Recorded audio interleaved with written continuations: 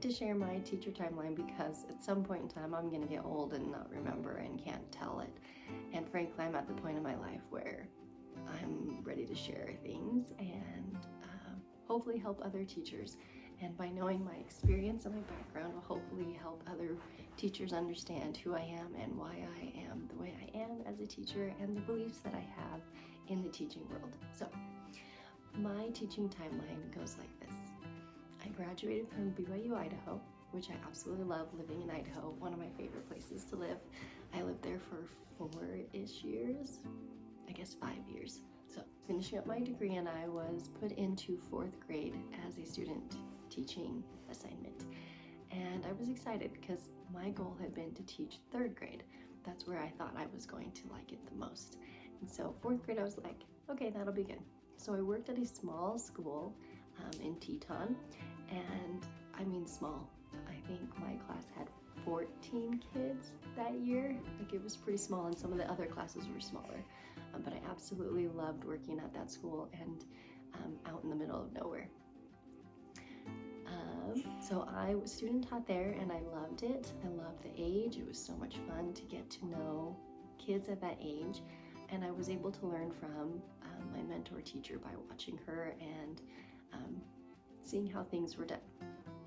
It looked like a regular classroom for as much as I could remember. So I was very excited. I graduated.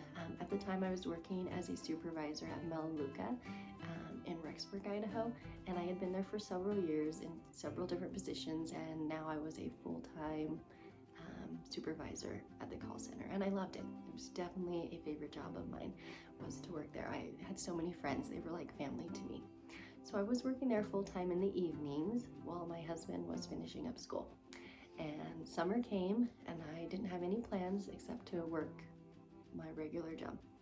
Well, right before school started, the principal called me up and said, Jessica, your mentor teacher had a stroke and she needs help setting up her classroom. She's not ready to go back to class, but she's planning on coming back, but we need someone to start her class. And since you already know how to set up her whole class, how she runs things, the routines, things like that, will you do this for her? And I was like so excited. I'm like, yes, I will totally do this. I'm super sad that she's going through this, but I will get this so ready for her so when she comes back, it's not going to be a stress for her. The kids are going to be ready for her in the classroom. So that's what I planned. I got everything ready, made my plans just like I thought she would do. I set up the classroom just like I thought she would do, and I was ready. So the plan was, since I was only teaching for 1, maybe 2 months, I stayed as a full-time supervisor at Melaleuca. So when school started, I was there. I left my house around 7 in the morning, I believe, because it was like a 25-minute drive. So I would drive to school, I would teach school, and I think I got out about 2:30. I would leave school and go to my full-time job. So then I started my full-time job 3 to 10. If I had to stay late at school, then I finished my work. Not finished. You never finish your work at school, especially not your first year. But anyways, I would show up to my other job a little bit later. Yeah, because I had to get the hours in. So it's so long ago. I'm so old now. Anyways, I pretty much had to skip my dinner is what I had to do. So I ate on my way, and then when I had my break, I had to eat really fast. So I pretty much worked I left for work at 7 in the morning, and I got home about 10:30, about 10:30-ish once I drove back to my home, which was the opposite direction. So those were very long days, especially as a first-year teacher. But I was bound and determined to do what I loved, and I loved both. So I absolutely loved teaching the 4th graders. It was so much fun. About two or so months in, they kept saying a little bit more time, and probably 3 or 4 months in, it was like, she's not coming back, do you want to stay? And that left me with a dilemma because my husband was graduating in December, and so he was trying to find a job, and I didn't know what I was going to do, but I knew I wasn't leaving school. I had already started with those kids, and I was not going to end. So I went ahead and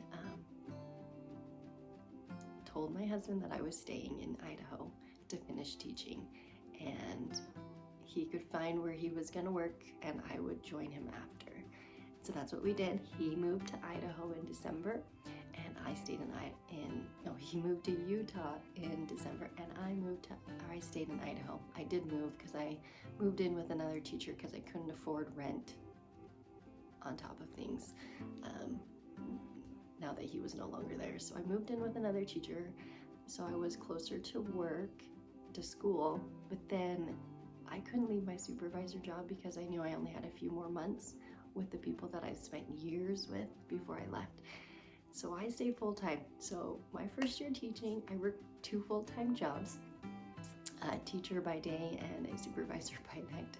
And it was long and exhausting and a ton of work, but I loved both, so it was okay.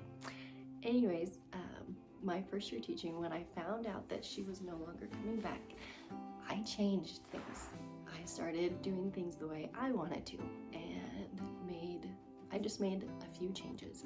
I kind of upset some of the other kids in the school because they were like, you didn't do that last year. And I was like, well, I wasn't allowed to do it last year.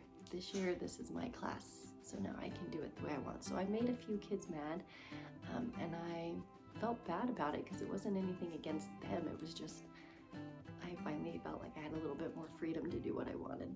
So that is my first year teaching. I'm gonna go ahead and stop at my first year teaching. After that, I moved to Idaho.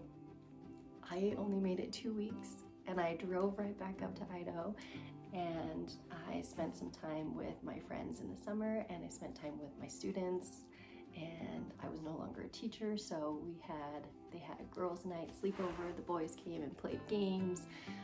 We ran around the countryside, just playing and doing whatnot, and then did a fun sleepover where the kids stayed up all night, and I was like, go to sleep, I want to sleep. So nowadays you can't do that, and definitely not in Utah can I do that, but in the small town of Idaho, it was super fun to spend a little bit extra time with the kids because I just love them so much. And I remember crying my whole drive to Utah, knowing I wouldn't see them again. It was so fun to go back up for a wedding though for my friend and get to see some of my old students and watch them over Facebook and watch them grow and have their own babies now.